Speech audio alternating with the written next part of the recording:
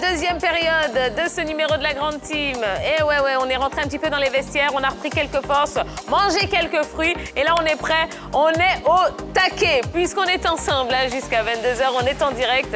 Et on a beaucoup de choses à vous proposer. Hein, ouais. Notamment notre question du jour sur laquelle vous pouvez interagir en allant sur la page Facebook de la 3 qui concerne les éléphants. Oui, l'année 2020, est-ce qu'elle a été encourageante ou plutôt décevante? Eh bien, vous avez tout le temps de l'émission pour continuer à donner votre avis. Allez, il est l'heure de recevoir notre invité de ce soir. Et c'est la deuxième fois hein, qu'il vient sur le plateau de la grande team. Eh bien, sachez que depuis quelques jours, hein, il était en stage pour devenir entraîneur de football. Ce matin, il a reçu son attestation de fin de stage à l'INJS de Marcory. Et ce soir, il explique pour la première fois sur un plateau de télévision pourquoi il veut devenir technicien de football. Accueillons comme il se doit coach Jacques Silver-Bas, ou si vous préférez, coach le Magnifique. Bonjour. Bonjour. Bonsoir, coach. Bonsoir. Oui, c'est la même chose. Comme il y a longtemps, on s'est vu. Oh. Oui, il est 21h10 là. Oui, oui. Bah, bonsoir, coach. Bonsoir. Comment C'est quel allez-vous? système ça? 2, 1. 4, 3, 1, c'est bon, ça va, moi c'est déjà. Oui. Ça y est, il voit des systèmes partout maintenant. Oui, hein. non, il y a trop de schémas dans ma tête. Allez là. Bon, le Magnifique, bonsoir, on est content hein, que vous ayez bonsoir à toi, bonsoir à toute notre ton équipe. invitation. Bonsoir à ceux qui nous suivent là-bas. Voilà. Merci beaucoup de m'inviter sur le plateau. Eh bien, Voilà, on est le coach content. Magnifique est là. Alors, justement, hein, d'où est née cette idée et cette envie de devenir entraîneur? Ouais, bon. On sait que vous aimez le foot, on sait que vous êtes dans l'équipe, hein, voilà, vous faites de très belles choses. Tous les artistes qui viennent ici nous parlent de vous. Mais entre le joueur et l'entraîneur, il se passe quand même quelque chose. Bien sûr, bien sûr. Ah, bon, on n'a pas eu la chance d'être un professionnel sur le terrain, donc on a la possibilité d'apprendre à former et puis transmettre quelque chose, nos savoirs, nos connaissances à nos petits frères, mais à nos joueurs. Donc, et puis dans la vie, on finit jamais d'apprendre. Il faut toujours avoir des diplômes, c'est important. Donc, le but, mais l'objectif d'être entraîneur, c'est pas seulement entraîneur, mais dans mon travail d'humoriste et d'artiste, souvent j'ai besoin du savoir, de quoi je parle quand je suis sur la scène, dans mes sketchs. Donc, il faut que j'aille à la source, à l'origine, pour étudier un peu le football, pour voir. Souvent, dans mes prestations, il faut que je vois avec l'œil du technicien et avec l'œil de fan, tout ça là, pour faire la différence. Donc, la motivation, mais les objectifs sont beaucoup. Voilà. Comment vous avez obtenu ce stage alors? Bon, il y a des fédérations comme les associations de Marcory, fédération de coachs de Marcory, de Trècheville, voilà, qui ont postulé pour obtenir le stage avec la Fédération ivoirienne de football. Donc, le stage a été programmé et je me suis inscrit parce que tous les dimanches, je suis avec un club. Voilà, avec des coachs comme Herman, on a beaucoup de coachs comme Didier Landry, ancien footballeur, on a des coachs comme Brico, on a comme Vanier, tout ça. Donc l'amour avec les enfants, quand je les vois jouer, ça me plaît beaucoup. Et moi-même, j'aime décrypter les matchs de football. Donc quelle est l'issue la plus intéressante pour que je puisse savoir, apprendre beaucoup, c'est de devenir coach. Et c'est comme ça que je me suis inscrit et le stage a commencé lundi. On est parti et vraiment les formateurs, on nous a enseigné beaucoup de choses. Ah ben justement, qu'est-ce Oui. que vous avez appris au cours de ce stage? Si je vais expliquer, l'émission là suffit. Bon, allez, en une minute. Non, mais l'essentiel, c'est de savoir, comme il a dit le DTN, Kone Tchekwe, il a dit l'entraîneur, c'est un éducateur. Être entraîneur, c'est être éducateur. Et puis, la catégorie d'âge qu'on va commencer à prendre, ce sont des enfants. Donc, avec les enfants, il faut être beaucoup patient. Et puis, il faut leur faire plaisir. Voilà. Donc, pour ne pas les effrayer, pour ne pas qu'ils ne viennent à l'entraînement encore. Il faut leur donner envie de venir à l'entraînement. Et il y a des méthodes, il y a de la pédagogie qui accompagne, il y a beaucoup de systèmes, la manière, la procédure. Donc, on a appris beaucoup de choses. C'est sur le terrain seulement qu'on peut mettre en pratique avec des exercices, avec des jeux. Mais vraiment, j'ai découvert le football autrement. Ouais. Voilà, à part les autres qui ont découvert le football sur Facebook. Voilà, on a pratiqué, on a vu dedans. Donc désormais, on a les arguments, mais les armes nécessaires pour participer quand même à des plateaux de football et des échanges aussi, des formations. On vous sent extrêmement, extrêmement fier et extrêmement épanoui. Je me trompe? Effectivement, parce que je suis dans mon univers. En fait, j'adore le football. J'ai commencé à jouer au football depuis les tournois du village. Je suis venu à Abidjan, les OASU. Après, je suis allé en Détroit avec Cosmos de Koumassi. Après, j'ai entamé avec le Stade d'Abidjan, mais je n'ai pas pu jouer le championnat pour cause de blessures. Et puis, c'est les petits joueurs qui disent non, il était blessé. Non, nous, on avait ischio au jambier, tu vois.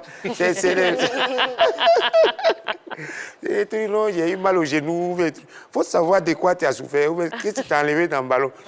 Voilà, donc voilà. Donc, ceci étant, mais avec l'âge, tout ça rétablit de façon dans la santé, mais on ne peut plus jouer avec l'âge avancé. On fait le sport d'entretien tous les dimanches. Et on voit les gamins partout un peu à Abidjan, au quartier, n'importe où qui ont du talent. Et ça fait mal si tu ne peux pas les aider. Donc, en devenant coach, quand même, tu peux leur apporter des connaissances qui peuvent être importantes pour eux. C'est dans cette optique-là. D'accord, très bien. On a décidé d'avoir un diplôme. Eh bien, on est très contents et on est très fiers de vous. Vraiment. Aussi, allez, si vous avez des questions à poser au Magnifique qui est avec nous jusqu'à la fin de l'émission, il est là jusqu'à 22h, eh bien, vous pouvez le faire, vous le savez, sur la page Facebook de la 3. On va passer à l'actu de ce soir.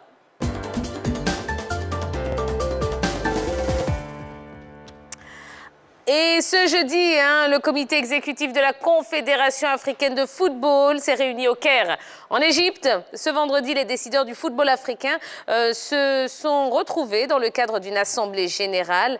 Et des décisions ont été prises. Alors, on va voir quelques-unes de ces décisions en compagnie d'Angelès. Rebonsoir la team. Rebonsoir. Coach, yeah. Ça va bien? Super bien. Super. Très important. Donc, coach, on va suivre ensemble? OK. Super. Allez, quelques décisions prises par le comité exécutif de la CAF. Accord du statut de président d'honneur de la CAF à Issa Hayatou, le Camerounais. CHAN 2021, le Cameroun prêt à accueillir l'événement CAN 2023. Bien sûr, les différents chantiers en Côte d'Ivoire devraient s'achever avant les délais annoncé. Ligue des champions féminines de la CAF, approbation du règlement. Super Coupe de la CAF prévue pour le premier semestre 2021. Licence de club de la CAF, la mise en place d'une nouvelle norme de qualité. Compétition CAF, ouverture des candidatures pour les pays organisateurs. Tia, voilà tout. Bon, c'est déjà pas mal. C'est déjà pas mal. Alors, Magnifique. Quand vous regardez toute cette liste de décisions prises, est-ce qu'il y en a une qui vous interpelle plus que les autres? Toutes les décisions sont bonnes. Et moi, surtout le CHAN 2021, le Cameroun prêt à accueillir l'événement. Le CHAN, c'est la compétition pour les locaux. Donc, il faut préparer les locaux, surtout quand aujourd'hui nos sélections sont à 99%. Composé de joueurs expatriés de la diaspora. Donc, il faut rendre le football local vraiment compétitif. Donc, moi, j'aime bien la date du CHAN. D'accord. Yellow? Oui, alors c'est la Ligue des champions féminines. Il faudrait dire qu'au départ, je ne comprenais pas véritablement le but de cette Ligue des champions-là, mais il y a le règlement. Alors, le club champion de la dernière Ligue nationale de chaque association sera engagé par celle-ci. Si la Ligue nationale n'a pas été organisée, l'association nationale peut prendre la responsabilité de désigner un représentant. Les éliminatoires seront organisés dans les 6 zones de la CAF. Le tournoi final réunira les représentants de chaque zone et sera conforme à toutes les compétitions de la CAF. Et la zone du club détenteur du trophée engagera 2 équipes. Pour moi, c'est une très bonne initiative parce que la CAN féminine cachait un peu le mal de nos différents championnats. On partait prendre des joueuses à l'extérieur pour venir sauver nos équipes au niveau national, mais cette compétition-là permettra aux différents clubs de nos championnats locaux de pouvoir déjà se mesurer entre eux et cette compétition aussi permettra aux différentes joueuses de savoir qu'elles seront mises en avant à travers cette Ligue des champions féminines. Donc pour moi, c'est une très bonne initiative à saluer, à féliciter et à plébiscité, bien évidemment. D'accord. Jean-Philippe.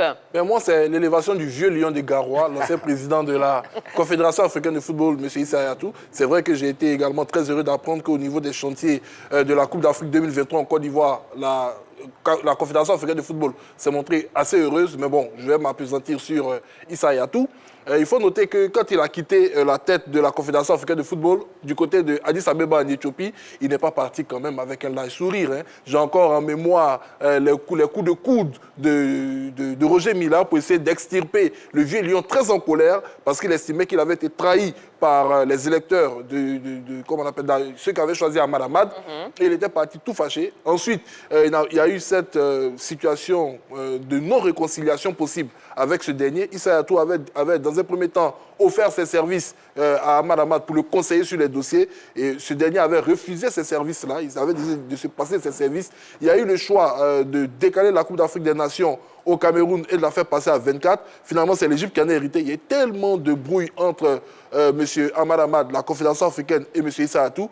On ne pouvait pas imaginer que ce monsieur allait revenir au devant de la scène en si peu de temps. Je pense que c'est un honneur qui a été fait. Mais justement, est-ce que c'est pas parce que Ahmad Ahmad n'est plus aux affaires que là on décide d'honorer Issa Hayatou? On peut lier les deux événements. Quand on sait que dans le siège d'Ahmad Ahmad, il y a eu beaucoup de... Bon, je voulais employer les nouveaux termes, ayatouistes.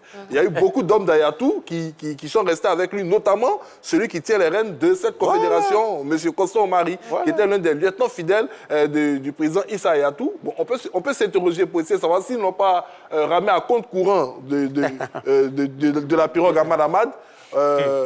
Bon, je ne pense pas, mais je suis quand même heureux pour M. Issa Hayatou de se retrouver honoré par la Confédération africaine qu'il a dirigé quand même, je crois, pendant 27 ans, de 1988 à 2017, si ma mémoire est bonne, si j'ai bien calculé. Bon. 30 ans. Merci, 30 ans, merci. 87, 2017. Merci, 30 ans. Bon, j'avais retiré quelques années à M. Hayatou. Donc, 30 ans, je pense que c'est une très bonne chose de le revoir maintenant. Honorons-nous vivants. D'accord. Oui, allez. Alors, la Côte d'Ivoire, la Côte d'Ivoire travaille. La Côte d'Ivoire travaille parce que normalement, nos différents chantiers pour la CAN 2023 devraient finir avant les délais annoncés. On sait que Bimpe, voilà, c'est déjà fait. C'est fait, voilà, ça a été livré. Il y a eu des matchs qui sont joués là-bas, notamment le Racing a joué 2 matchs. Ensuite, l'équipe de la SEC et de l'Africa et la Côte d'Ivoire. Du côté de Yamoussoukro, le stade est sorti de terre, pratiquement terminé. Ensuite, Bouaké, la réhabilitation est presque finie. San Pedro, pareil. Maintenant, Korogo aussi. Donc voilà, la Côte d'Ivoire est en train de travailler. Maintenant, il va falloir chercher de créer les voies pour accéder rapidement dans ces différentes localités. Mais bon, voilà, on va finir ça très rapidement et puis en 2023, ce sera la grande fête, quoi. Exactement. Sinon, moi, je voudrais ajouter juste un petit point, c'est dire simplement qu'avec cette avancée notable, la Côte d'Ivoire met une pression sur la Confédération africaine de football qui ne peut pas tout simplement trouver un argument pour repousser la date de cette Coupe d'Afrique des Nations parce qu'on parle de CAN 2021, la CAN 2021 aura lieu en 2022. Normalement, c'est chaque 2 ans. La Confédération pourrait être amenée à organiser une Coupe d'Afrique en 2024. Mais là, avec tout simplement l'avancement rapide des travaux en Côte d'Ivoire, la Confédération sera contrainte à organiser l'événement en 2023 ici. D'accord, très bien. Allez, magnifique. Coach, hein? Oui, coach, il faut ajouter coach. Coach, là, vraiment, il faut que je me mette en mode... Voilà, coach. Il est trop souffert. Mon corps me fait mal. Alors, 5 jours de stage. Oui. Est-ce que c'est suffisant pour dire « je suis entraîneur » Bon, pas totalement suffisant. Hein. Après le stage, il faut aller encore travailler sur le terrain. C'est comme, il y a la théorie, il y a la pratique, et puis il y a l'expérience à avoir sur le terrain. Donc, on nous enseignait en salle, on nous enseignait sur le terrain. Et là, nous encore, on doit aller sur le terrain pour se former avec la réalité. Parce qu'on le faisait déjà. Moi, j'étais déjà adjoint. Voilà, j'étais coach adjoint avant de venir faire le stage. Et après le stage, il faut que je réparte, appliquer maintenant ce que j'ai appris et attendre quelques mois encore plus tard pour passer à la licence suivante. Voilà, là, ce qu'on a comme licence D à ce moment, c'est une licence qui nous permet d'entraîner plus les centres de formation, les U6 à U12. Oui. Voilà. Et en plus, après, on ira encore faire un autre stage pour les autres U. Pour les autres la catégorie supérieure. Oui, les autres U. Il va falloir se familiariser avec le langage. Est-ce que les enfants là vont me respecter? Allez vous entraîner. On commence à rire. Donc ça, c'est la licence d'entraîneur donc, que vous préparez. Hein?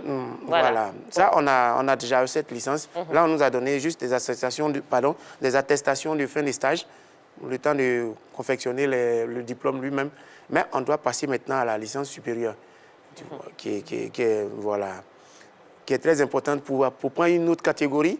Et ensuite, il y a encore plusieurs étapes avant de devenir sélectionneur national. Parce que moi, c'est mon parce que objectif. c'est ça le but. Oui, en c'est fait. le but. Ah. C'est comme des diplômes qu'on passe, le CP, après le CP, le brevet, après BPC, voilà, le BPC, bien sûr, et puis après le bac, et ainsi de suite. Donc, actuellement, là, on est comme en bas, mais on vient d'ouvrir nos yeux. Vous êtes Donc, encore à la crèche. Voilà. Donc, il ne faut pas t'inquiéter. Dans peu de temps, les éléphants vont me sentir. Ah, très bien. Bon, alors justement, après ce stage, hein, donc la prochaine étape, c'est la licence. Oui, la licence C. Censé. Maintenant, Voilà, la licence C.